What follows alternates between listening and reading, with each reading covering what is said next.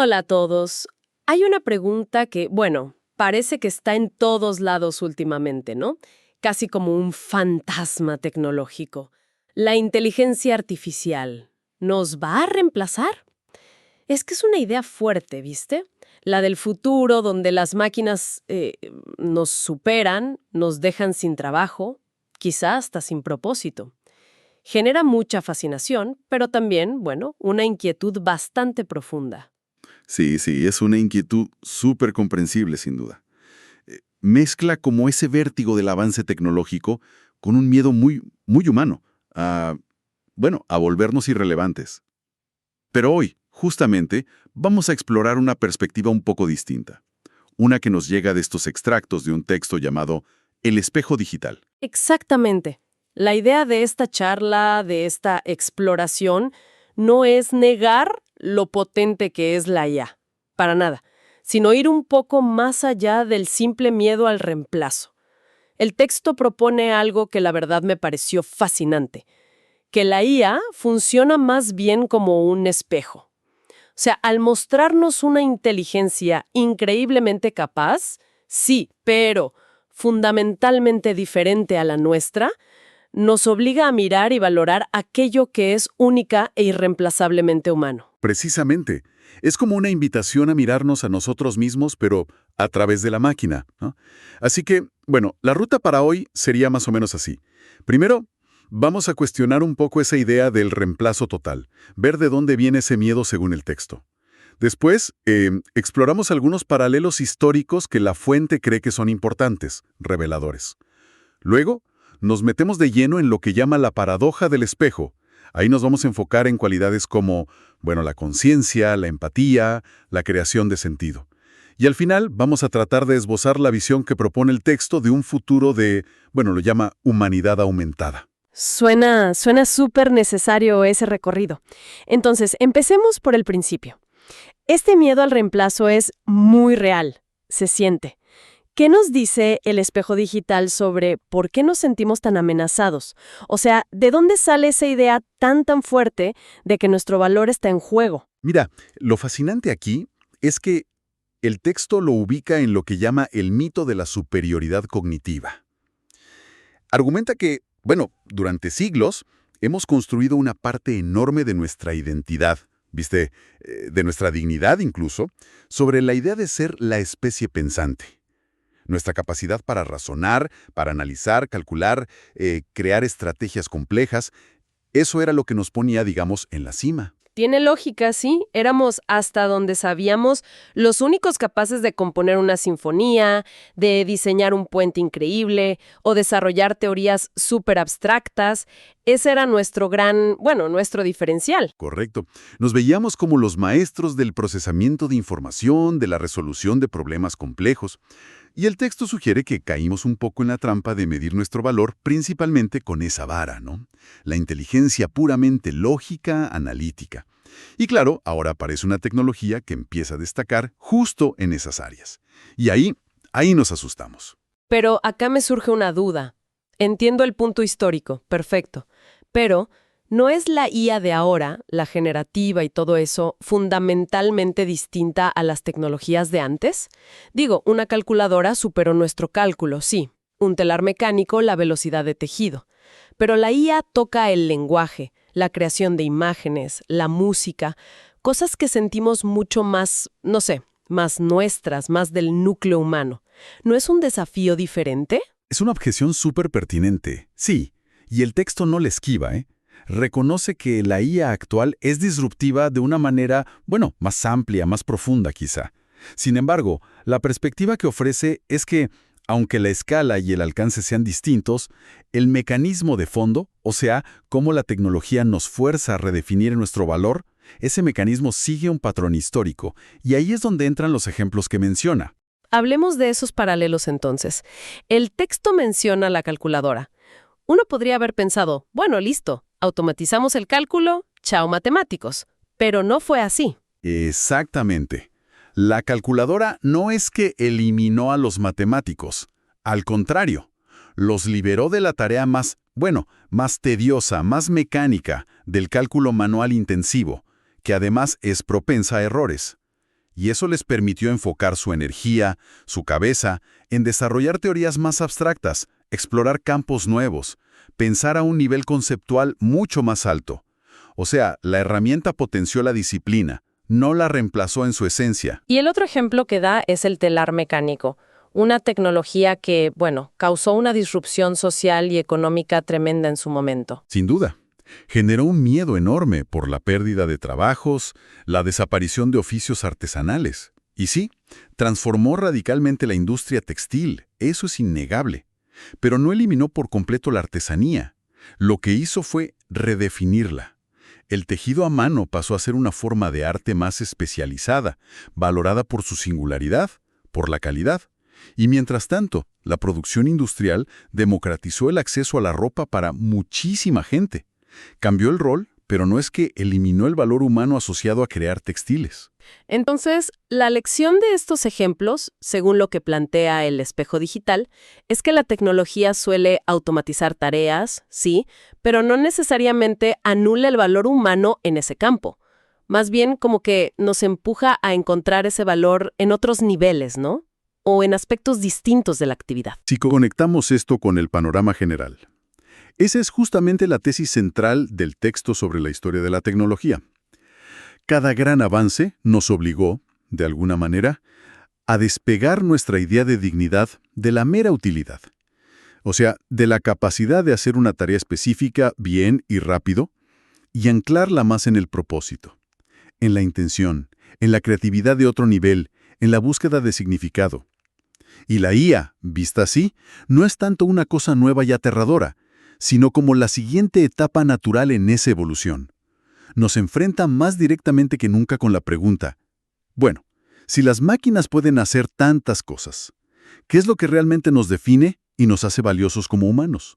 Y esa pregunta nos lleva directo al corazón de la idea del texto, la paradoja del espejo. Suena intrigante. ¿Cómo funciona esa paradoja? ¿Qué es? Aquí es donde, para mí, se pone realmente interesante la cosa. La paradoja, según como la describe el texto, está en esto. Es justamente la eficiencia brutal de la IA para hacer tareas que nosotros considerábamos el pináculo de la cognición, redactar informes, generar código, diagnosticar enfermedades, incluso crear arte o música bastante convincente. Es eso mismo lo que, por contraste, ilumina con más fuerza aquello que la IA no tiene. Y que quizás, ojo, nunca pueda tener. A ver si entiendo. O sea, al ver un reflejo tan potente, pero a la vez incompleto de la inteligencia, como que percibimos mejor los bordes, los contornos de nuestra propia humanidad. Como, no sé, como mirar una estatua increíblemente realista, pero sin vida, ¿no? Y eso te hace apreciar más la chispa vital del modelo real. Exacto. Esa es la idea. La IA automatiza la cognición de formas que nos dejan boquiabiertos, y al hacerlo, como un espejo súper pulido, nos devuelve una imagen que resalta nuestras diferencias fundamentales. El texto se enfoca principalmente en 3 distinciones clave. La primera, y quizás la más profunda, es la conciencia. Conciencia. Uf, qué término. Es complejo. ¿Cómo lo aborda el texto en esta comparación con la IA? Lo enfoca en la diferencia clave entre procesar información y, bueno, experimentar la vida. A ver, la IA puede analizar cantidades monstruosas de datos, sí, identificar patrones que un humano ni soñaría detectar, predecir cosas con una precisión increíble. Pero, y este es el pero grande que pone el texto, no siente la emoción de un descubrimiento, no siente la frustración de un error, la belleza de una solución elegante o la duda ante un dilema ético.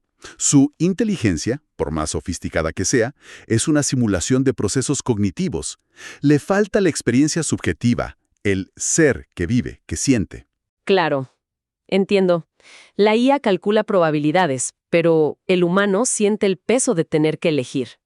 La IA compone música siguiendo patrones aprendidos, pero el humano se conmueve al escucharla. Correcto. Y ahí, sugiere el texto, reside una parte fundamental de nuestra dignidad.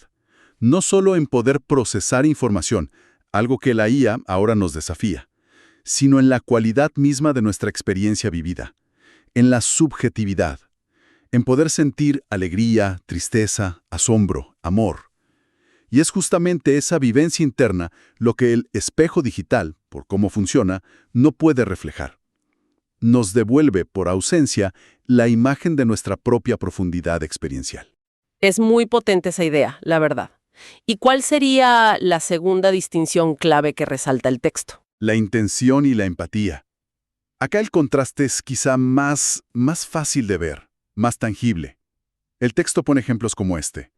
Una IA podría, ponele, analizar un historial médico completo y dar un diagnóstico con una precisión estadística superior a la de un médico humano. Es posible. Pero, ¿puede esa misma IA sentarse al lado del paciente, mirarlo a los ojos, transmitirle calma, entender su miedo, ofrecer consuelo, consuelo genuino? Claramente no. Podría simular una respuesta empática, seguro, basándose en patrones de lenguaje que aprendió, pero no puede sentir empatía. Como dice el texto, puede generar un discurso que suene persuasivo, pero le falta la intención real detrás de las palabras. Le falta la convicción, la emoción que las impulsa en un humano. Exactamente. La IA se mueve en el terreno de la lógica, los datos, los algoritmos. Nosotros también usamos eso, obvio, pero operamos fundamentalmente en el dominio de la conexión emocional, de la compasión, del propósito, del deseo. Creamos arte no solo aplicando reglas de estética que un algoritmo puede aprender, sino porque sentimos una necesidad interna de expresar algo, de conectar con otros, de explorar una emoción. Y esta capacidad de actuar movidos por intenciones profundas, de conectar de verdad con el estado emocional de otro ser humano, de sentir compasión, bueno, eso es algo que el espejo de la IA, con toda su lógica fría, simplemente no refleja. Y al no reflejarlo, hace más visible nuestra propia capacidad para la conexión humana real, significativa. Entiendo perfecto la diferencia. La IA puede ser una herramienta increíble, utilísima, pero la conexión humana sigue siendo, bueno, otra cosa, otro dominio. Y la tercera distinción. Es la creación de sentido. Y esta es clave para entender la visión del texto sobre nuestro rol en el futuro, ¿eh? Pensemos en esto. Un algoritmo súper avanzado puede analizar millones de textos y generar un poema que siga perfectamente las reglas de la métrica, la rima y use palabras súper evocadoras. Puede incluso imitar el estilo de poetas famosos. Sí, sí hemos visto ejemplos que son, bueno, asombrosos en ese sentido. Claro, pero la pregunta es, ¿puede ese algoritmo encontrar significado en el poema que él mismo generó? ¿Y puede un humano leer ese mismo poema y sentir que captura algo profundo de su propia vida? ¿Encontrar consuelo si está triste o inspiración para seguir adelante? La IA puede generar información, procesar símbolos, manipular lenguaje, pero la interpretación, el darle un significado personal, cultural, conectar esa información con nuestra vida, esa sigue siendo una actividad profundamente humana. Ah, claro. La IA produce el texto, digamos, pero el humano es el que lo convierte en una experiencia significativa. Es como, no sé, la diferencia entre tener un diccionario enorme y escribir una novela con sentimiento. Es una buena analogía, sí. El texto sugiere que la IA podría liberarnos de una carga enorme de producción de información, de análisis de datos. Tareas pesadas. Pero no puede reemplazarnos en la tarea esencial de buscar y construir significado. Y esto plantea una pregunta importante, ¿no? Que es, si muchas tareas cognitivas se van automatizando, ¿dónde queda el verdadero valor humano? Y la respuesta que ofrece apunta justo a estas capacidades: experimentar el mundo conscientemente, conectar empáticamente con otros y buscar y crear sentido activamente. El espejo de la IA, al mostrarnos lo que no es, nos ayuda a ver y a valorar lo que sí somos. Esta perspectiva, la verdad, cambia bastante el panorama. El futuro no tiene por qué ser de obsolescencia, sino quizás de reorientación. El texto habla de una nueva era de humanidad aumentada.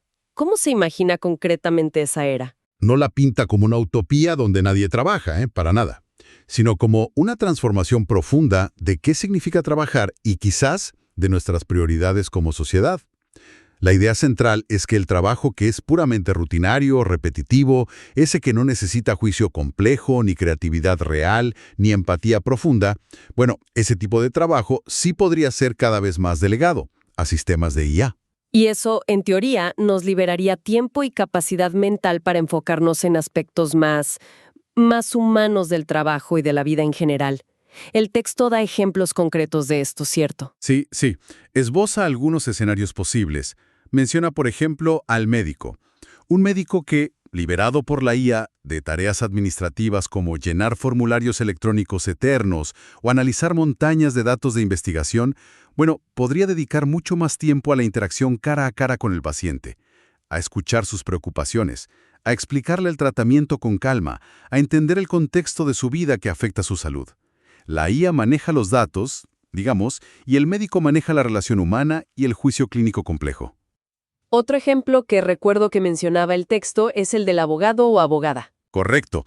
Un profesional del derecho que usa la IA para investigar jurisprudencia en minutos o para redactar borradores de documentos estándar, bueno, puede entonces concentrar su esfuerzo intelectual en la estrategia del caso, en la argumentación persuasiva frente a un jurado, en la negociación difícil con la otra parte, en el consejo empático al cliente, tareas que necesitan no solo saber leyes, sino también inteligencia emocional, pensamiento crítico, creatividad estratégica. Y también mencionaba al artista, al creador. Efectivamente, un artista, un diseñador, un músico, podría usar herramientas de IA como si fueran colaboradores creativos, para generar variaciones de una idea, explorar estilos raros, superar un bloqueo creativo, manejar aspectos técnicos complejos de la producción.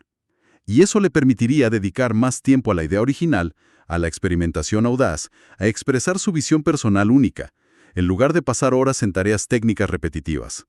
La IA sería como un pincel súper avanzado, pero no el pintor. Visto así, la IA no parece tanto un adversario, sino más bien una herramienta potentísima que, bueno, nos empuja a evolucionar, ¿no? Esa es exactamente la visión del texto. La IA como un catalizador.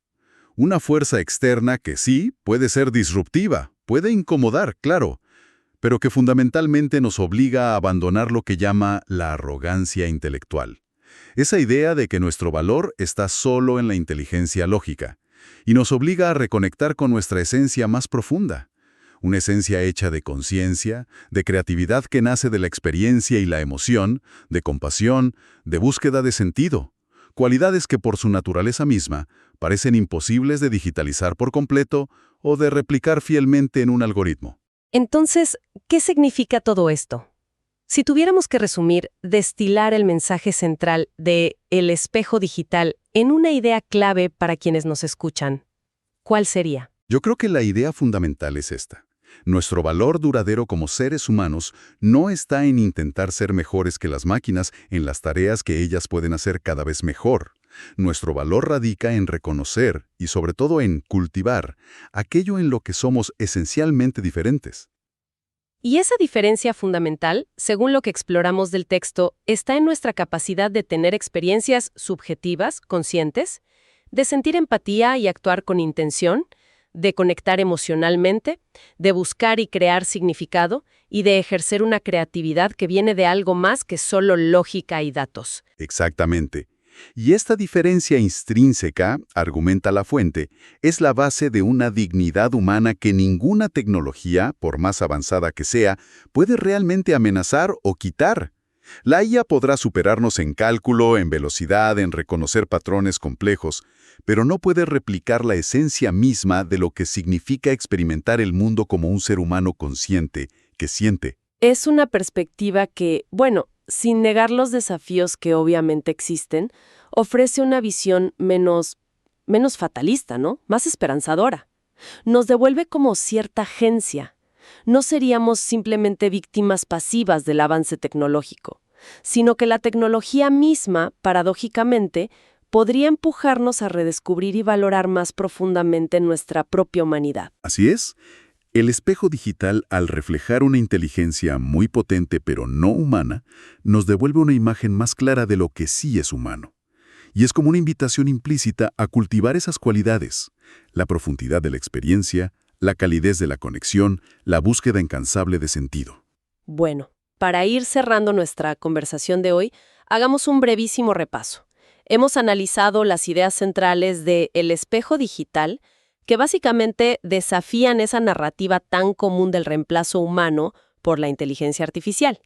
El argumento principal es que la IA, al asumir tareas cognitivas cada vez más complejas, Funciona como un espejo que, por contraste, resalta las cualidades únicas e irreemplazables de lo humano. Exacto.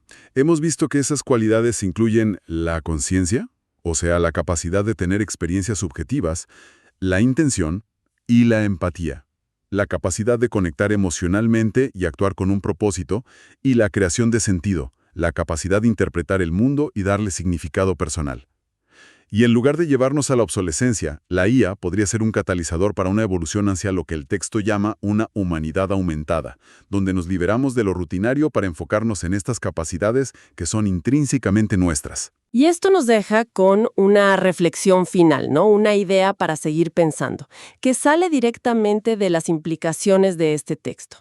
Si aceptamos esta premisa, si la IA realmente se va a encargar cada vez más de la carga cognitiva, del procesamiento de información, del análisis de datos, de las tareas automatizables, entonces, ¿cómo deberían reestructurarse nuestras sociedades? ¿Cómo tendrían que cambiar nuestros sistemas educativos, nuestras prioridades culturales, incluso nuestras definiciones de éxito y de valor, para poder fomentar, cultivar y recompensar intencionalmente esas capacidades que son exclusivamente humanas? Es una pregunta enorme, profunda y de un alcance tremendo. Podemos imaginar un mundo optimizado no solo para la eficiencia y la productividad del ser humano, sino también para la riqueza y la profundidad del ser humano. Un mundo que valore activamente la empatía radical, la creatividad original que surge de la experiencia vivida, la conexión interpersonal auténtica, la sabiduría que nace de la reflexión filosófica sobre el propósito y el significado. Quizás el verdadero desafío y a la vez la gran oportunidad que nos presenta la era de la IA no sea competir contra la máquina, sino redescubrir y potenciar colectivamente lo mejor de nuestra propia humanidad.